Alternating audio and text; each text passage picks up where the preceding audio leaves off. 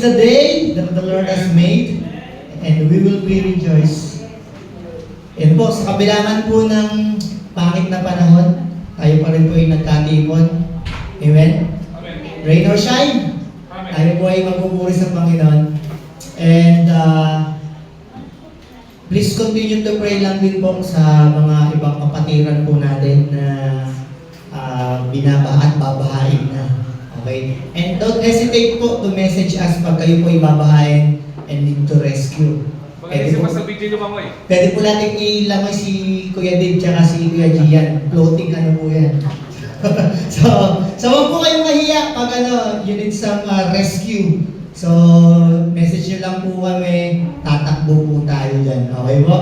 So, sa ating pong pag-aaral, okay?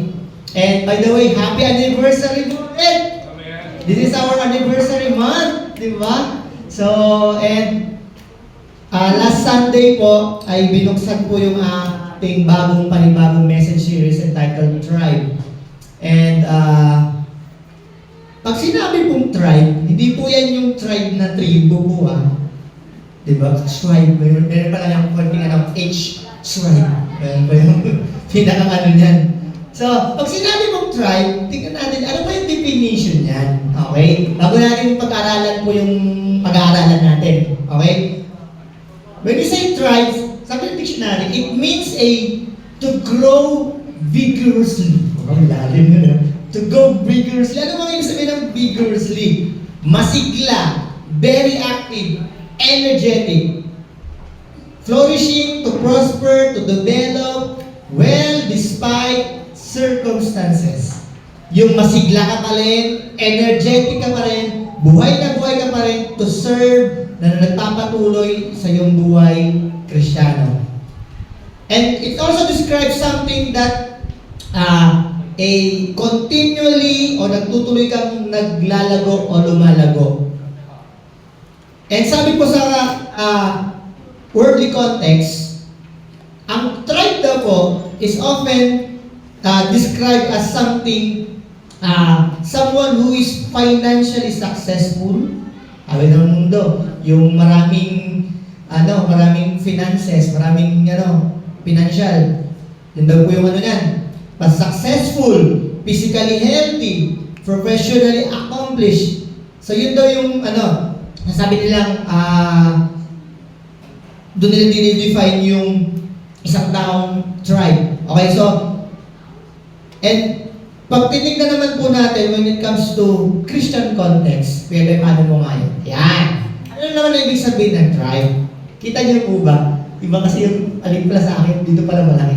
So, when we look at dun sa Christian context, pag sinabing tribe, it means a true tribing is not determined by our circumstances. It is determined by our connection to Christ. So, hindi pala nakabase kung ano yung pinagdadaanan mo at pagdadaanan mo o yung pakiramdam mong meron ka. Bagkus nakabase daw po siya sa yung connection sa Panginoon. Okay? So, kasi maraming pagkakataon, ang mga mananampalataya, we believers, we face trials, disappointments, hardships. Diba? Marami tayong napapakiramdaman yan, nararamdaman natin, na-experience natin. And para mas makita pa natin, may papakita ko ako sa inyong picture. Yan. Kita niyo mo ba? Yan. Buto po yan. It's a seed. It's a bamboo seed. Particularly po yung buto na yan, ang tawag dyan ay Chinese bamboo seed. Sasabihin ko sana Chinese bamboo seed po yan. Okay?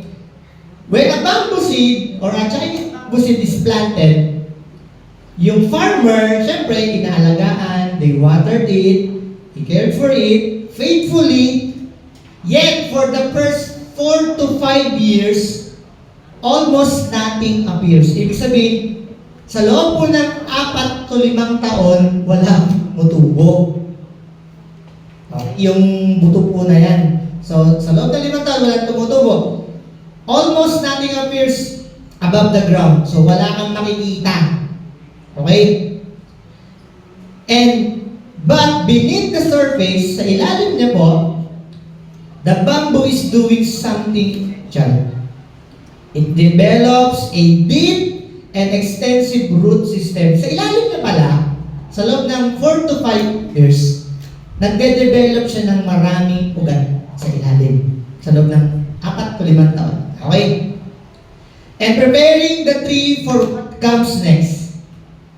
Then when the roots are strong enough, pag yung ugat po ay sobrang matatag na, the bamboo can grow as much as 80 to 90 feet in just few weeks. So, pag malalim na po yung ugat, okay, yung malalim na yung ugat ng bamboo seed na yan, yung tree na yun, pag lumalim na siya, sa loob lamang po ng ilang weeks, aabot sa 90 or 80 to 90 feet yung taas niya.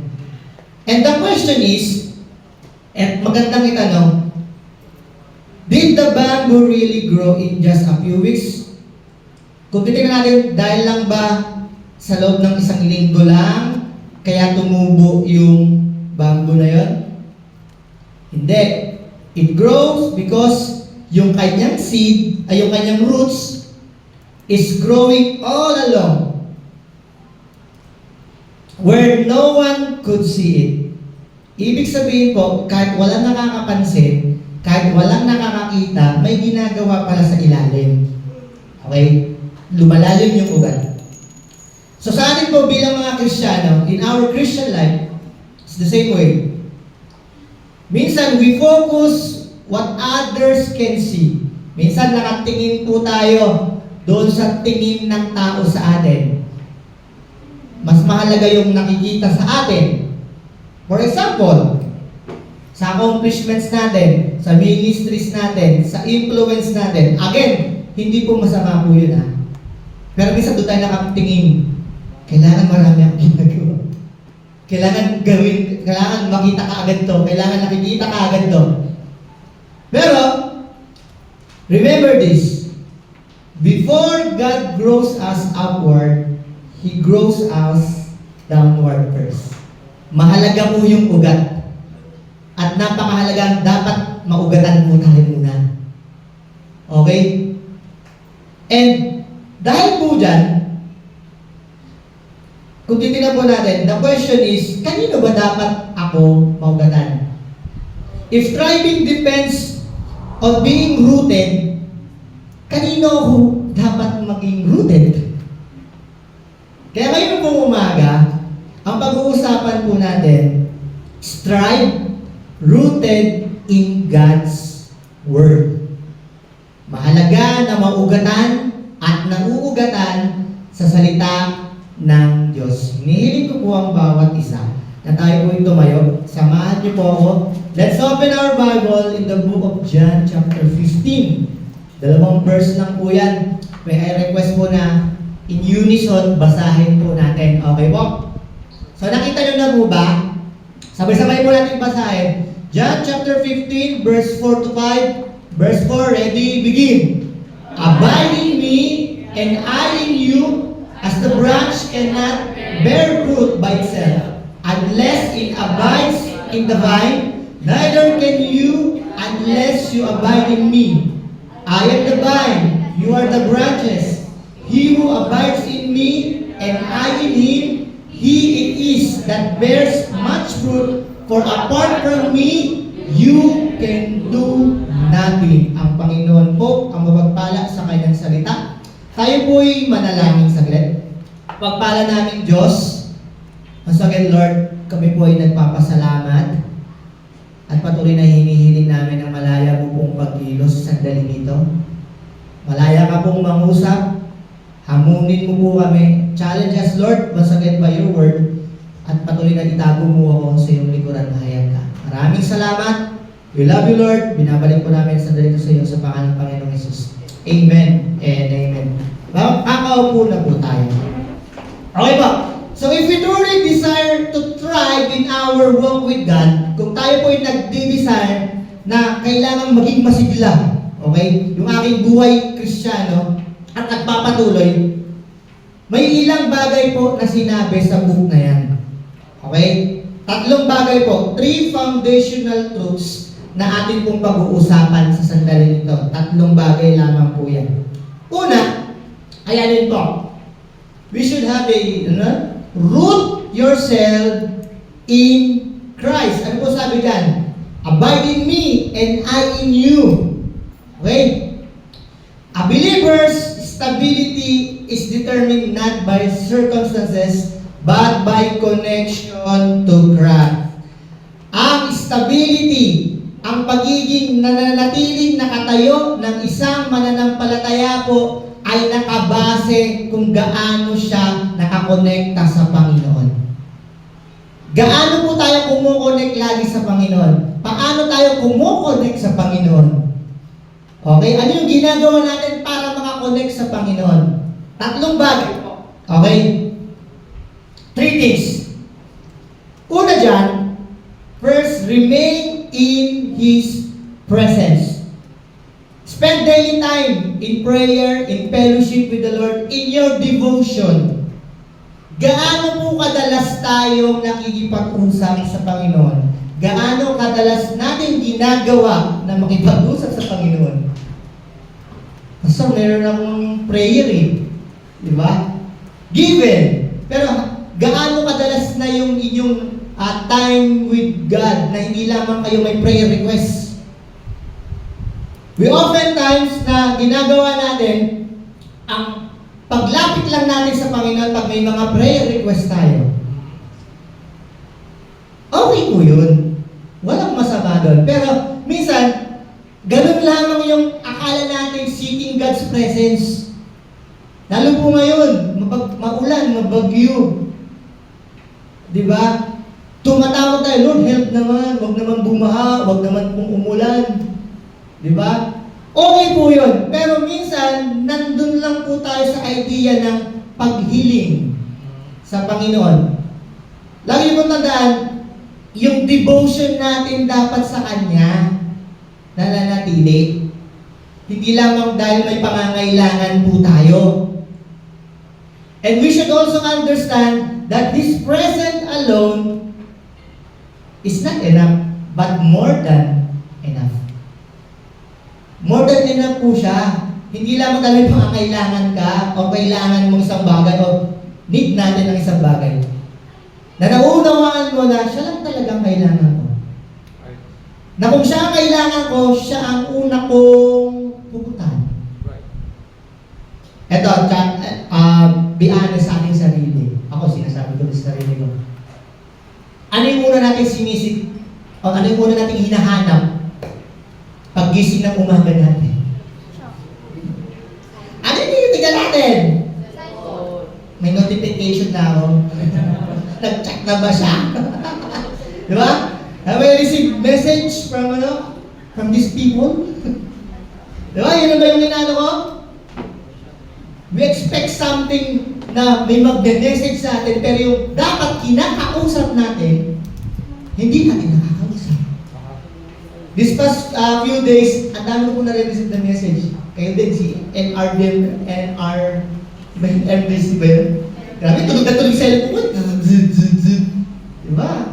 So, kala sila nag-message Diba? Tapos, ang malala pa doon, 2 pa yung SIM number mo. So, ibig sabihin, makaka-receive ka ng 2 message. Pero kidding aside, minsan ganun po tayo, no? Na inilalaan natin or excited tayo sa isang bagay na di naman natin sasabihin hindi siya mahalaga. Pero yung bagay na mas dapat natin pinagtutunan, nakakalitaan natin. Okay? Kaya magandang tanong dyan gaano natin sinisik si Lord? Gaano natin hinahanap yung presensya niya? Gaano natin, Lord, ikaw muna. Diba? Kaya tingnan niyo po, try to imagine po to. Bakit kaya minsan, why the Lord allow us to experience yung mga bagay na may hirap? Challenges, struggles, or problems. Bakit kaya minsan inaalam ng Diyos yun? You know why? Kasi gusto ng Panginoon lumapit ka. At yun na yung mga pagkakataon minsan, nakakalapit tayo sa Kanya ng marugdog, ng malalim. Kasi may pangangailangan. Pero again, hindi lamang po dapat ganun. Kasi may pangangailangan ka. You have a need. Saka ka lang lalapit sa Panginoon. Hindi dapat ganun po. Dapat, ano man, may pangangailangan, wala sa pangangailangan, dapat po lumalapit tayo sa Panginoon. And ngayon po, nakakatuwa po, karamihan po sa atin, sa kabila man po ng maulan. We're here to worship. Di ba? Isang magandang ano po, comment sa atin bilang mananampalataya. Okay? So, hindi lamang po remain in His presence. We should also rely on His power. Sabi po ng verse 5, without me, you can do nothing. Apart from Christ, success is impossible. Diba? Maliban na ipahintulot ng Diyos, maliban na ipagkatiwala natin sa Diyos ang mga bagay-bagay, walang success. Gaano po kadalas, how often we rely on our strength? Sige nga, gaano tayo nagre-rely sa kakayanan natin, sa talino natin? Yung lagi rin sabi, kaya ko na yan. Leave it to me. Diba? Ako na yan. Diba? Minsan, gano'n tayo, no? We often rely on our strength and our resources. Pero paano ba pag tinanggal ang Panginoon? Minsan parang, ang bigat no? When we rely on our strength and our power, what does it produces? Ano ba pinoproduce doon? Alam niyo po kung ano? Sabon. Pride bar. Di ba? Nagkakaroon ng pagiging hambog. When we rely on our physical strength, on our knowledge, and we begin to say, dahil sa akin to dahil matalino ako dahil alam ko na to Okay? Ang ina-expect ng Diyos sa atin is not to rely on our strength, but to rely on Him. To humble ourselves enough na, Lord, Ikaw ang may kakayanan. Ikaw ang nagpapala. Ikaw ang nagbibigay ng kalakasan. Okay? But take note of this tingnan niyo po ito. Meron po tinatawag na false humility. Narinig din na po ba yun? Yung false humility, let me give you some po. Ito daw po, sabi nung, yung to distinguish kung false humility ginagawa natin. May tinatawag po po. Yan. Downplays abilities to gain compliments. Paano po yan? Wala akong kakayanan. Hindi ako, wala talaga ako. Biyo-biyo ko dyan. Diba? Ako dyan Pero, at the back of his or her head, sinasabi na, di, mo ko, compliment mo. Yung pagbababa pala sa sarili mo, hindi pala humbleness yun. Yung binababa mo sa sarili mo, hindi yun. Minsan, ito din, we reject praise in a way that draws more attention to oneself. Yung sinasabi na, pag may nagsabi sa'yo, ang galing naman, ang galing mo. Hindi naman. Kaya mas maganda po palang sabihin pag sabi nila, pag may bumati daw sa'yo, pumuri daw sa atin, mas maganda sabihin natin, all credits belongs to the Lord. Sabihin mo na kagad. Huwag mo na sabihin na, ako. Di. Sabihin mo, bato mo na kagad kay Lord na sa biyaya ng Panginoon kaya ako nakakatayo. Acts humble externally but is proud internally. Okay? So yun po yung mga yan. Biblical false humility is not true lowliness. Sabi nga dito, it may look humble on the outside, but the heart is still focused on oneself. Nakapokus pa rin sa sarili. Nakatingin pa rin sa sarili. Hindi dapat po ganun yan. May maganda po sinabi si C.S. Lewis. Pwede pa, Ayan. Sabi na, humility is not thinking less of yourself. It is thinking of yourself less. Hindi mo inisip na wala akong kwenta Hindi yun. O wala akong silbi. O wala akong alam. Hindi yun. Bago sige tingnan mo na, hindi ako dapat muna ang may tataas o nakikita. Yun ang ibig niya sabihin dyan. So, huwag natin ibabak yung sarili natin. Nasabi natin to the point, wala tayong alam, hindi po yun yan.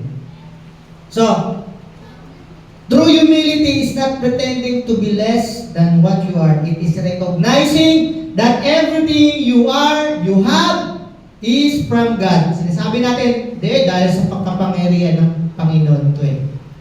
Kaya ako nakakatayo, kaya ako nakakagawa ng mga nagagawa ko. Kaya nakakasurvive. Diba? Hindi sa sipag at tiyaga ko. Hindi yun. Dahil sa biyaya ng Panginoon, sa kapangyarihan na pinagkatiwala niya, kalakasan. So yun yung pinakamahalaga. Okay? Then pangatlo po dyan, rest in His promises.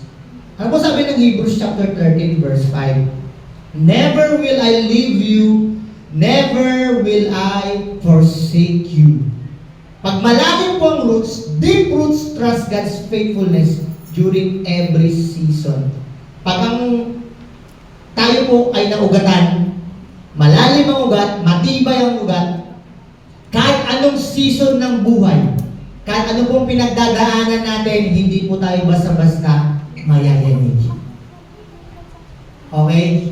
At kayo po bakit? May mga pangako kang pinangahawakan. Okay? At ang tanong po dyan, ano po yung pangako yung pinangahawakan? Ano po yung mga promises na meron po kayo? Baka yung promises nyo yung nasa Diyos ang awa, nasa tao ang gawa. Chapter 1 verse, ano po yun? Wala po sa Bible yun! Nasa Diyos ang awa, nasa tao ang gawa, wala po yun sa Bible. Kasi the truth of the matters, ang awa nasa Diyos pa din po ang gawa. Siya pa din po ang gagawa. We are just the recipient. Ano ibig sabihin ng tagatanggap? Tumatanggap lang tayo. Kaya nga may word na biyaya. Okay po? So maunawaan po natin, rest in His promises. Para mas magets natin, may papakita ko akong picture sa inyo. Kuya Doy, yung picture natin. Yan! Kita niyo po ba? May din kasi dito eh. Yan. Ang tawag po dyan ay branch. Sanga. Okay? Naputol. Yan, marami po yan ngayon. Kasi umuulan, di ba? Bumabagsak-bagsak. Okay. A fallen branch lying beside a tree may look alive for a few days, but because it's disconnected from the trunk, it eventually dries up. Kung tingnan niyo po, kung papansinin niyo po yung branch na to, pag natanggal po yan sa pinakang trunk niya, sa pinakang puno niya, kahit mga ilang araw po, buhay pa yan. Mag-green pa yan. Pero paglipas ng ilang sandali o mga ilang linggo, matutuyo po yan. Kasi bakit? Disconnected na po siya sa trunk, sa pinakang puno niya. So the same way po sa atin mga Kristiyano. Sometimes, we appear spiritually healthy. Appear lang po looks spiritually healthy. Outward. But inside, spiritually, we are dry. Because yung pinakamahalagang bagay, yung being rooted sa salita ng Panginoon, nakakalimutan natin.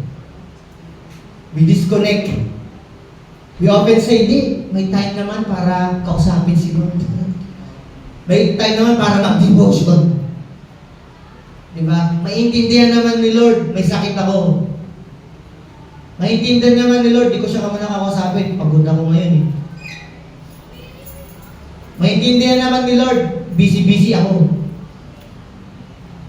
Pag ganun yung ano po natin, pag kinakalimutan natin yung bagay na mahalaga, na kailangan po magpakalalim at laliman ko yung sarili ko sa salita ng Panginoon, outwardly, maganda tayong tignan, pero deep inside po, hindi. So, ito ang magandang tanong. At tanongin ko sa sarili natin, am I connected to Christ daily? Lagi ba ako nakakonect sa Panginoon? Lagi-lagi. I am rooted. Okay? Or I am trying to live the Christian life in my own strength lang. Or nabubuhay lang ako bilang Kristiyano kasi diskarte ko lang. hindi nakabase sa Kanya. So mahalaga po, una dyan, we should root ourselves in Christ. Then pangalawa po, receive God's Word. Ano po sabi ng Joshua chapter 1 verse 8? Sabi po dyan, the book of the law shall not depart out of thy mouth. You should meditate it day and night. Okay? Yung the word na depart, hindi mawawalay. Lagi-lagi mong sinasaliksik. Kung papasin niyo po dyan, sabi pa, day and night. Okay? So, let God's Word shape your thoughts, your words, especially our actions. Okay, bakit?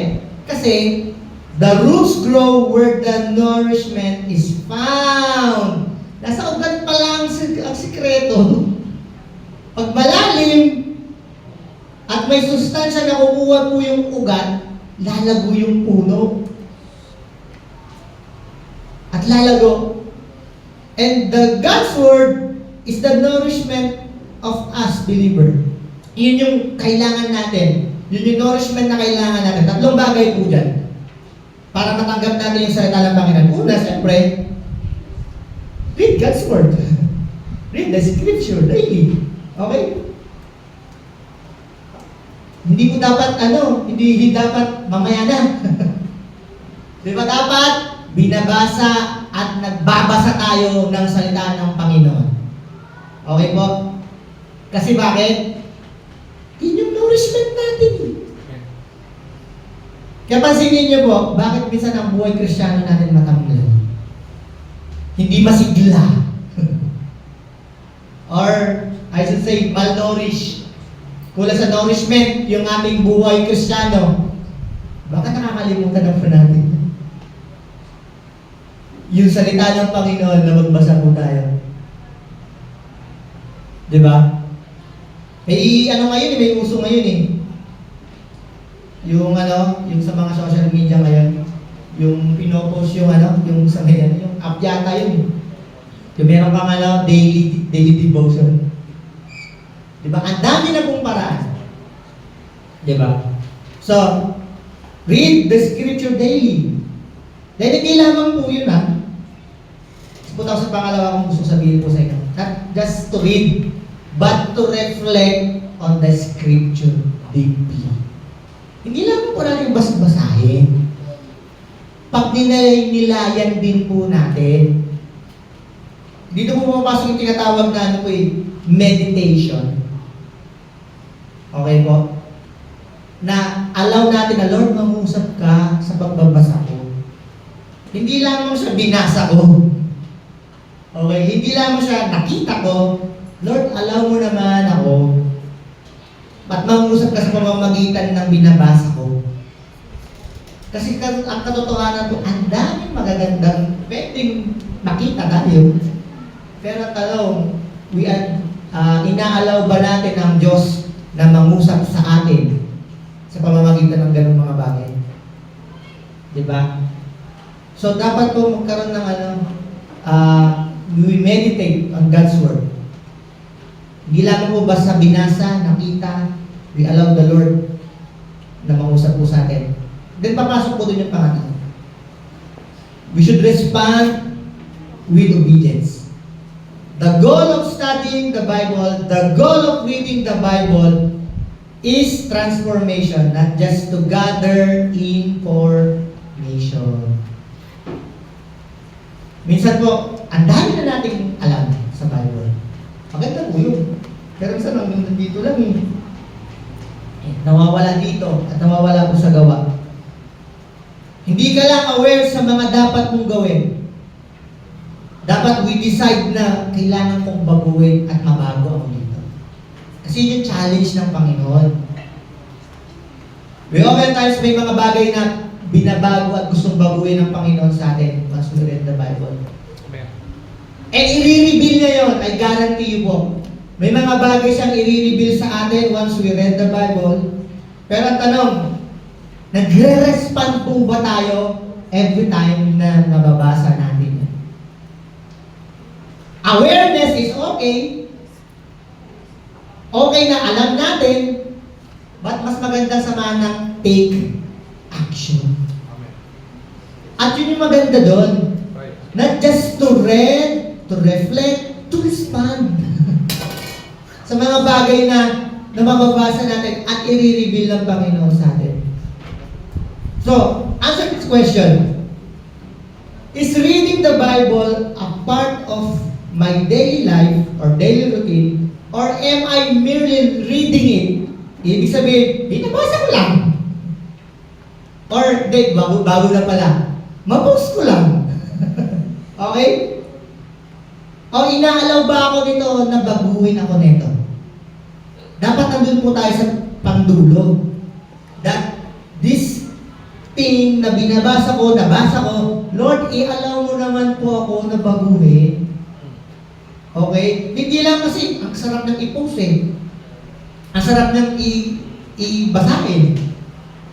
So, mag-e-expect and we expect na tayo po ay magkaroon ng pagbabago. Hindi natin inaadlangan ng pagkilos ng banal na espiritu na pwede tayong baguhin abrupt. Yan siya inaadlangan doon. Pero may proseso din po minsan. Diba? May proseso tinatawag. Pero ang pinaka nakakalungkot or mangamba ka or mangamba tayo na ang dami na nating nalalaman sa Bible pero walang changes na nangyayari sa atin. Or magandang word na gamitin, transformation. Hindi nagkakaroon ng pagbabago. Nabasa lang natin. We just read the Bible. We just know the Bible. We just know the promises. But nothing ever happens sa atin. Nothing changes. Yun pa rin. Ang tawag po dyan, pag hindi daw natututo, ano ba tawag? Sabi ko, tinanong ko sa pulis yun, ibang word yung binanggit sa akin. Sabi ko, hindi yung iniisip ko rin na word. Pag hindi natututo, ang tawag doon, nagre-repeat or repeater. And try to imagine this. Bakit sa mga struggle natin minsan, paulit-ulit pa din? Kasi bakit di pa rin tayo natututo? At marami, malamang, at I guarantee you, may inire-reveal ng Diyos sa atin. Ayaw lang nating matuto. Ayaw lang nating hakbangan. Kaya the talents po sa atin, we should respond with obedience. Every time we read the Bible, every time na makakabasa tayo ng Bible, every time na sa ganito tayong kapulungan, sinasabi natin, Lord, magre-respond ako, susundin ko po yan. At I guarantee you po, maraming pagkakataon, may mga bagay pong itatama ang Diyos sa atin na masakit. Na ayaw natin. Right. Pero that's the beauty of yung learning, yung proseso na binabago at babaguhin ka. Di ba? Ang pinakang maganda mo, minsan, kahit masakit, para ako'y matuto, gagawin ko. Amen. Pansinin nyo na lang po to. Minsan sa atin po mga mananampalataya. Kahit particular na tao lang. Hindi Christian. Pag may sakit, di ba? Sabi na, gawin mo to. Inumin mo to. Minsan ayaw natin. Then magtataka tayo, ba't di po ako gumagaling? Kasi hindi natin inahakbangan yung dapat gawin. Okay po? So, we should receive God's Word, read the Bible, reflect, respond with obedience. Then pangatlo po, maganda dyan, reveal spiritual fruit. Ito yung pinakagusto natin. Sabi dyan, abiding in Christ, sabi dyan, nasa verse 5, sabi ko lang po, he who abides in me and I in him, he it is that bear much fruit. Bilang mananampalataya po, bilang mga Kristiyano, ang isang Kristiyano ay magandang makitaan ng bunga. Amen. Right. A Christian should be expected na makakitaan ng fruits. Right. Maganda po yun. Sino po yung ayaw dito na magkaroon ka ng bunga bilang mananampalataya? Ano yung gusto magkakaroon naman ng mansanas, ng apple? Hindi po literal na gano'n. Pero may something na pagbabago sa'yo. Sino po may gusto nun? Lahat tayo gusto nun. Pero ito po maganda, tignan nyo. Ang isang bunga po, a fruit is not something we force. Hindi natin pinipwersa na magkakabunga. It takes a process. Fruit is the natural result of a healthy root. Right. Kung meron kang healthy, well-nourished na ugat bilang mananampalataya, okay, magbubunga ka po. Amen. At makikita yung bunga po natin. Expect mo yan. Pero kung tayo po ay, sabihin natin, matagal ng mananampalataya, matagal ng professing Christian at nagsasabi, ba't parang wala pa rin akong bunga? Wala pa rin nakikita bunga sa akin. Tingnan po natin yung roots. Baka yung ugat ko bilang mananampalataya. Tumanda lang ako sa edad, pero yung aking bilang mananampalataya, hindi ako lumalim. Kaya ang babaw ko.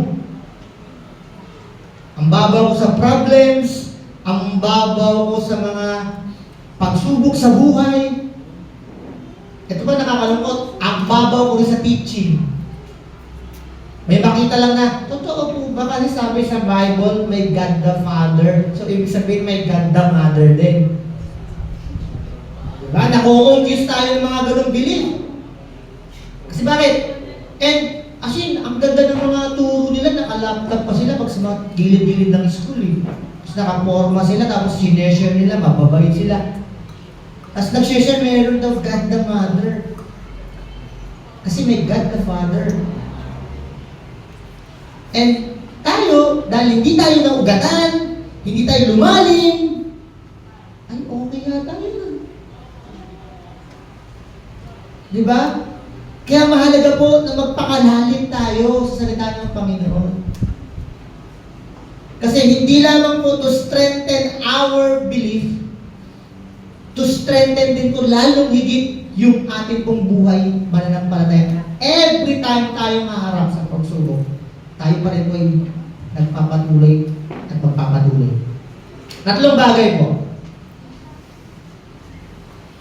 Character reflects Christ's fruit of the Spirit.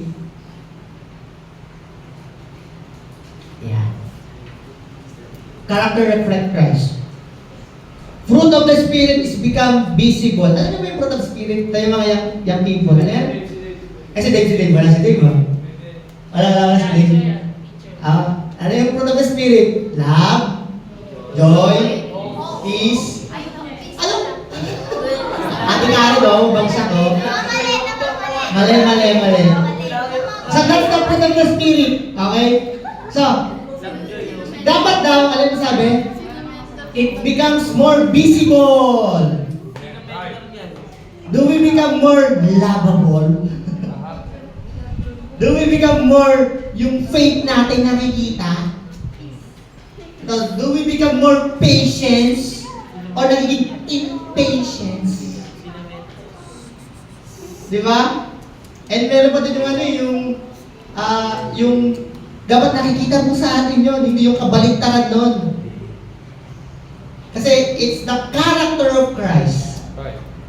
Kasi hindi po sabi sa Bible, sabi ng Bible, Philippians chapter 2, let this mind be in you, which was also in Christ Jesus, who being in the form of God, thought it not robbery to be equal with God. Hindi inisip ng Diyos na siya ay Diyos.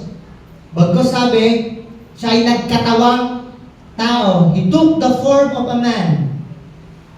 And become, sabi, obedient even to the death of the cross. Naging masunurin siya. Pero yung pinakamagandang word doon, yung binaban ng Diyos yung sarili niya. Right. Diba? Yun yung example na maganda. Okay? So, character reflects Christ. Yung character ko, hindi na ako ang nakikita. Kaya pansinin niyo po, Maraming tao sa kapaligiran, hindi mananampalataya, pwedeng mag-attest sa atin, Christian ka ba? O Christian ka? Question mark eh. Ano gusto niyo? Question mark? Question mark? O yung pa-point? Minsan yung yung tatanong, Christian ka? Or Christian ka? Maganda mong minsan pinagdududahan yung pagiging Kristiyano natin. Kasi hindi nakikita si Christ sa atin. Mahalaga po na makita yung karakter ng Diyos sa buhay natin. Kaya marami din po minsan, hindi tayo makapag-win ng mga tao sa labas na mga hindi mananampalataya. Kasi bakit? Yung karakter natin hindi nakikita ang Panginoon. Diba? So, hindi po dapat ganun. It should reflect Christ. Then, pangalawa po dyan. Conduct honors Christ. Ibig sabihin po yan, our actions. Ano ba yung action na ginagawa natin? Meron pong band, mga sinaunang panahon po, ang pangalan po ng band nila ay Black Eyed Peas.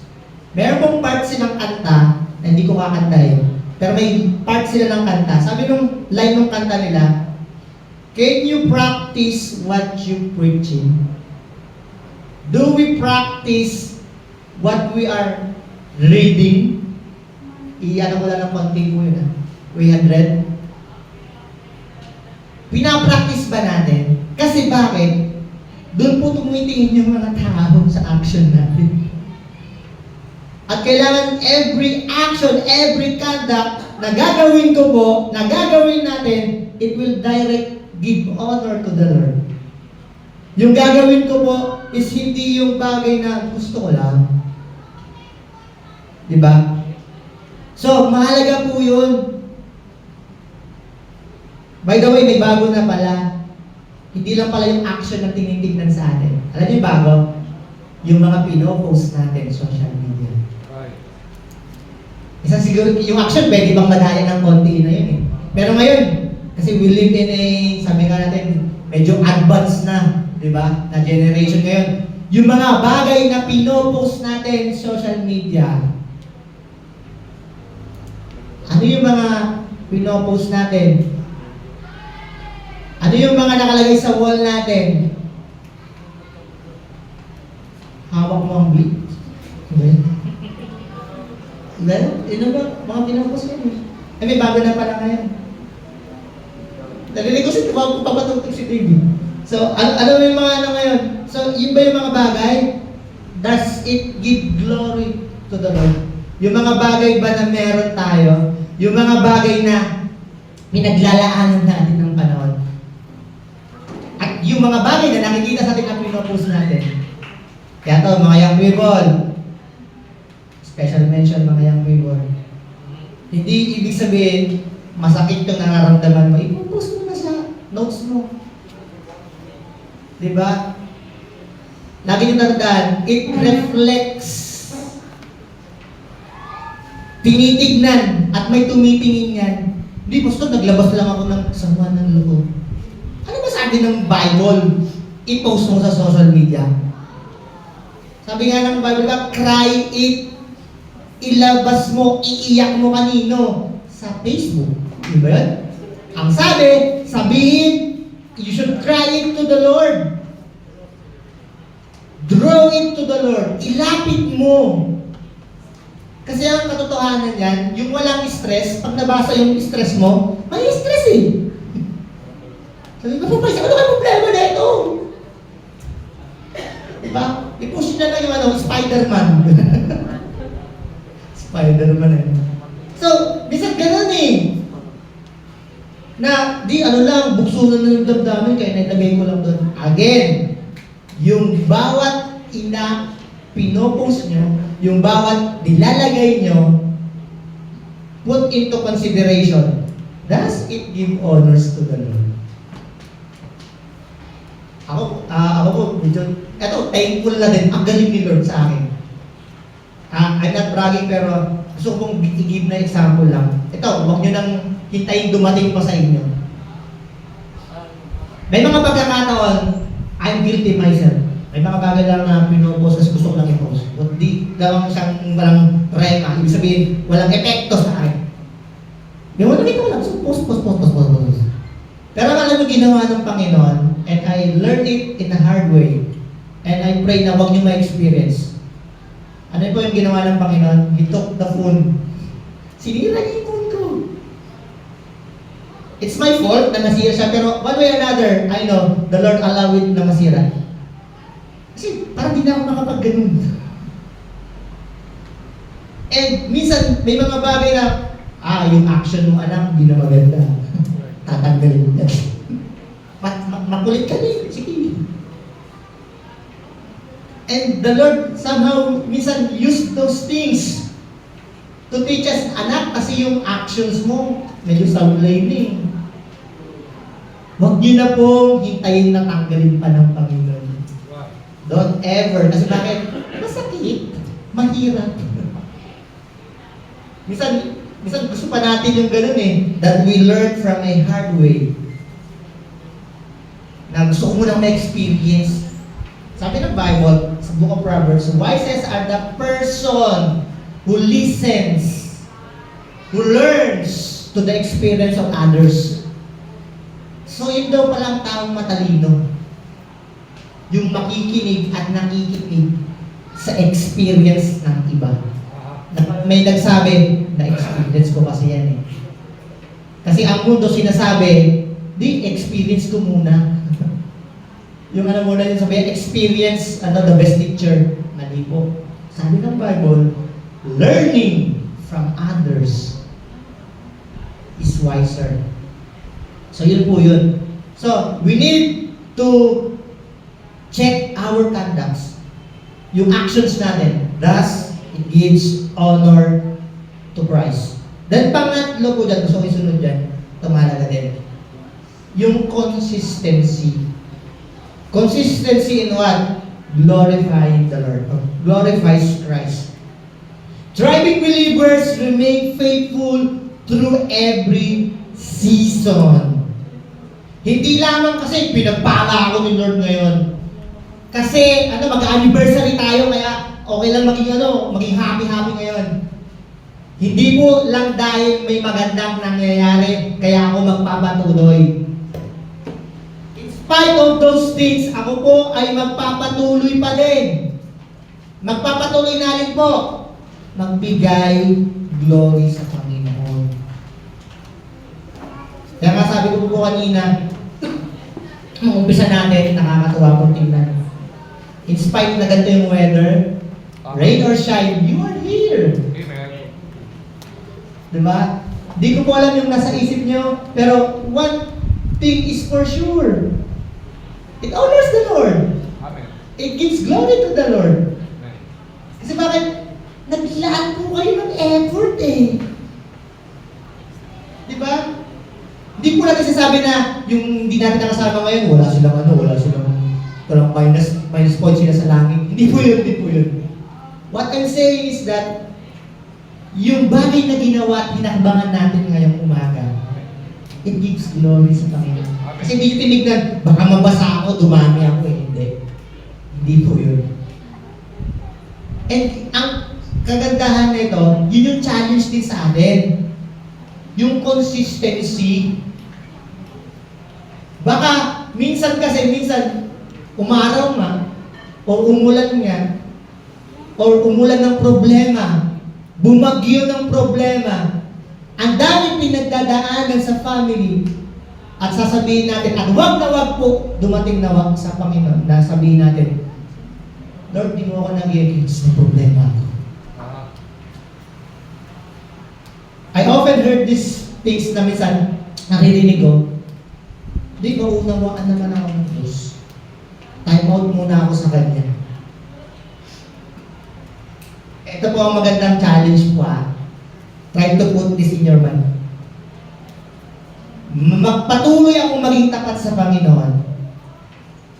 Or hindi ako magpatuloy na maging tapat sa Panginoon. Ang Diyos ay Diyos. He's still the Lord. He's still God. Amen. Walang magbabago doon. Right.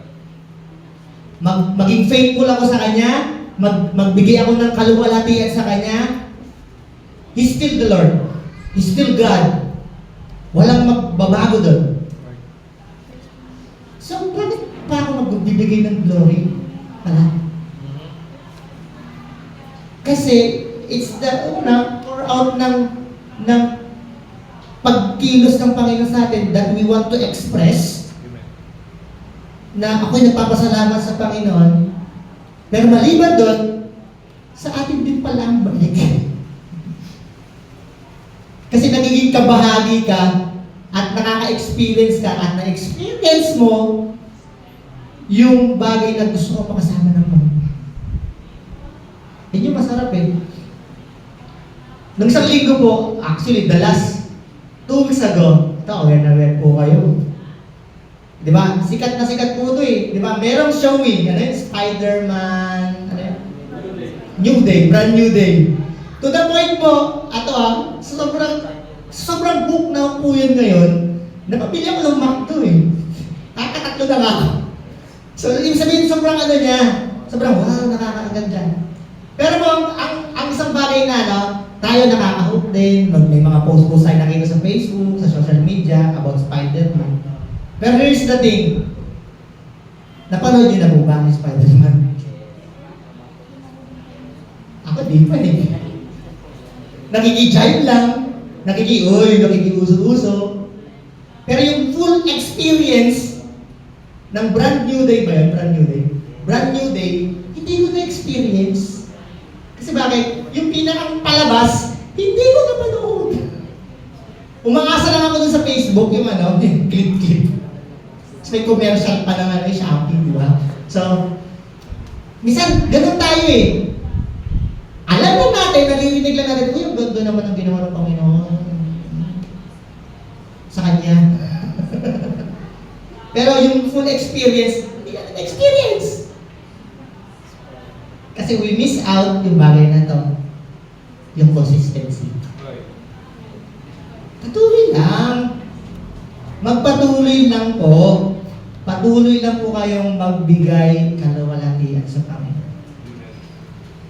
Huwag po mawawala yun. Ibigay nyo lang. Basta may problema mo, diba? Mas maganda may problema na kasama mo ang Diyos. Ang pangit, may problema ka na nga, iwalay ka pa sa Diyos. Iwalay pa tayo sa Diyos. Basta lang bumigat. Diba sabi ng Bible, diba, I will give you rest. Come unto me, all you are heavy laden. Diba? Bigat ka na ba? Sabi ng pangako ng Panginoon, lapit. Lumapit ka na. At yun yung nakakalimutan natin. Yung lumapit sa Kanya. And He's always inviting us na, come to me. Are you heavy laden ngayon? Mabigat ba ang sitwasyon mo? Come. Eh tayo, ayoko. Lord, what? Pero sabi ng Panginoon, come. How ironically, di ba? Nakakatawang isipin, pero ganun. Sabi ng Panginoon, lapit, tayo naman, layo. Halika dito, sabi ng Diyos, tayo, mamaya na. At tayo nagtataka, bakit walang nangyayari sa akin? Kaya yung pinakamaganda po, yung consistency. May papakita mo ako picture dyan, and dito ako mag-inan. Kuya Doy, pakita mo yung picture. Sino ba nakakalam sa picture na yan? Sige nga. Anong picture po yan? Hindi po yan guwabat po yan. Mukha lang. Huwag mo sasabihin niya, Doy. Anong tree po yan? Coconut. Actually, that picture is a apple tree. Yun pala ang apple tree. Apple, oh. That's an apple tree. Yan, apple tree po. Take note of this. An apple tree or every tree never struggles to convince people, apple ako. Hindi niya daw sasabihin sa tao or magsasalita yung puno na, apple ako. Hindi niya daw sasabihin, kaya maglalagay siya ng post dito, apple ako. Hindi niya daw sasabihin na ganon. Alam niyo po paano niya papakita? It simply produces apple fruits. So makikita natin na, kaya natin madaling masasabi na apple tree siya kasi may apple. And tingnan niyo po ito. Likewise, our Christian life. Sometimes, we prove ourselves, nakasunod na ako ni Kristo eh. Nagano na ako, followers niya na ako eh. Ang dami ko nang ginagawa sa kanya eh. Pero tanong is this, yung bunga ba natin, nakikita pa sa bunga natin, sa actions natin. Di ba? Oo, walang masama na sabihin mo na, Christian na ako. Wala pong masama yan, we po press. Okay po yun. But minsan, mas maganda na makita sa bunga natin, sa action natin. And by the way, take niyo po ito. Kahit hindi mananampalataya, merong generosity na tinatawag, may kabaitan. So hindi natin pwedeng maging excuse na, mabait naman ako. Ikinagito nga po kay Pastor Den, sabi ko, kung ang basihan lang ng kaligtasan, kabaitan, yung taong ito magiligtas ko, sabi ko. Pero hindi po ganun eh. Sa ating buhay Kristiyano, mahalaga po yung tinatawag na bunga. Kasi doon po magkakaalaman. Pastor, bunga ko 2 lang. At least may bunga ka! At least nagbubunga! Pastor, isa na nga lang, pabulok pa. At least nagbubunga ka, you are trying. Pero nakakalungkot, wala tayong bunga. Kung tutuloy-tuloy niyo po yung sa chapter 15 nung John, pag ang isang sanga po ay hindi na nagbubunga, ito po nakakalungkot na mangyayari sa buhay ng Kristiyano. Ano po ginagawa? Kina-cut off. Pinuputol. Ginagawang panggatong.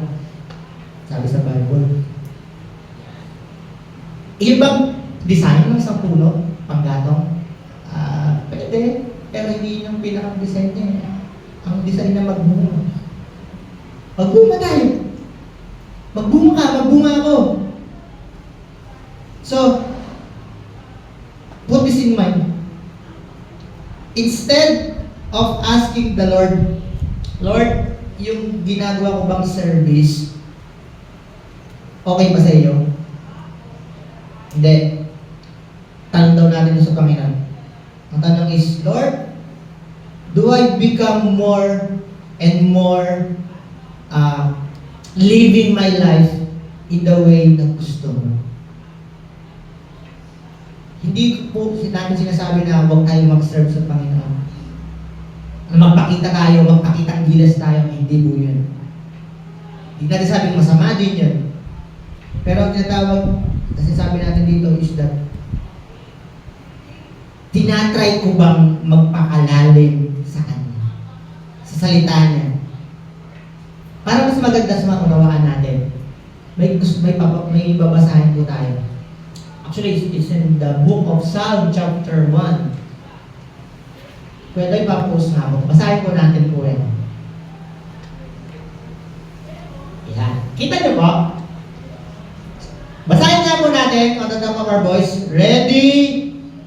Begin. Blessed is the man who walks not in the counsel of the wicked, nor stands in the way of sinners, nor sits in the seat of scoffers, but his delight is in the law of the Lord, and on his law he meditates day and night.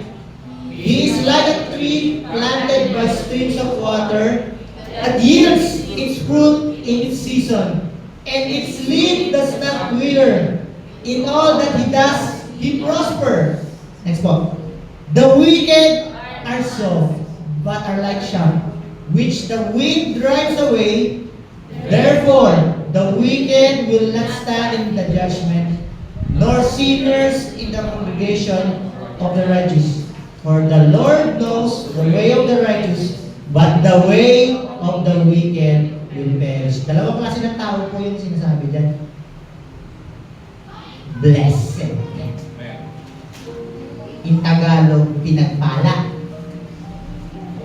Ang tao taong pinagpala ay hindi yung maraming merong dala-dala sa bulsa.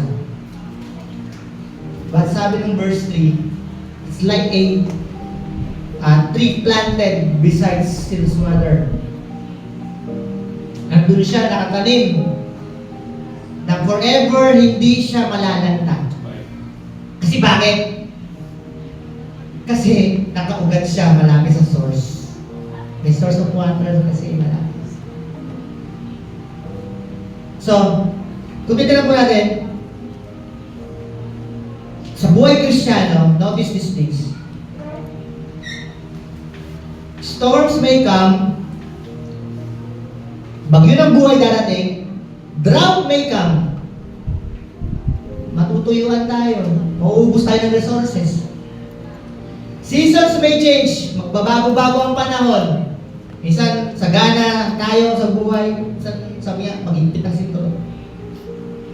But the tree, sabi sa verse 3, but the tree remains alive because its roots reach the source of life. Amen. The same is true for us believers, we Christians. The secret of thriving is not found in favorable circumstances, but in faithful connection to the Lord. Yung ating connection sa Lord, hindi nawawala. And continual nourishment from His Word. May quotable quote po ako dyan. Basahin po natin. Sabi din, God is more concerned with the depth of your roots than the heights of your success. Deep roots in Christ always leads to lasting fruits. Gusto niyo po ng bunga bilang nananampalataya? You want to have fruits sa inyong buhay Kristiyano? Pero ang sabi po, lasting fruits, yung nananatili. Hindi lang basta bunga ito, pinagtutukoyan natin, yung magandang bunga. Okay? If you want that idea, maging ano po tayo? Ugatan tayo. Okay? Yung connection natin sa Panginoon, sa salita niya, huwag pong mawawalan. Kasi bakit? That's the secret. Huwag niyo pong iwawaglit. Huwag po nating bibigyan ng dahilan na huwag nating saliksikin yung salita niya. Bakit? Kasi that's the source. Para yung ugat natin maugatan, tumibay, at hindi po dali-daling matanggal. Kasi the truth of the matter po sa ating mga kapatid, maraming season ng buhay. And hindi ko po alam kung nasang season po kayo ngayon. Pero what season you are in today, ang tanong lang, magpapauga ka ba dyan? Mauuga ka ba dyan? Kung pastor, mauuga-uga na ako. Tingnan mo lang po, yung sabi ng mensahe natin, ngayon, sabi niya, malaking bagay po yung ikaw ay rooted sa salita ng Panginoon. Amen. So, the challenge for us this morning, na maging rooted po tayo sa salita ng Panginoon. Huwag natin iniginig yung mga pagkakataon na tayo po ay makakapag-aral ng salita ng Panginoon, makakapagbulay ng salita ng Panginoon. Don't ever neglect those time na meron. Sabi nga naman, magtumahog ka man, nalalapit sa residensya. Right. Kasi kailangan mo yun.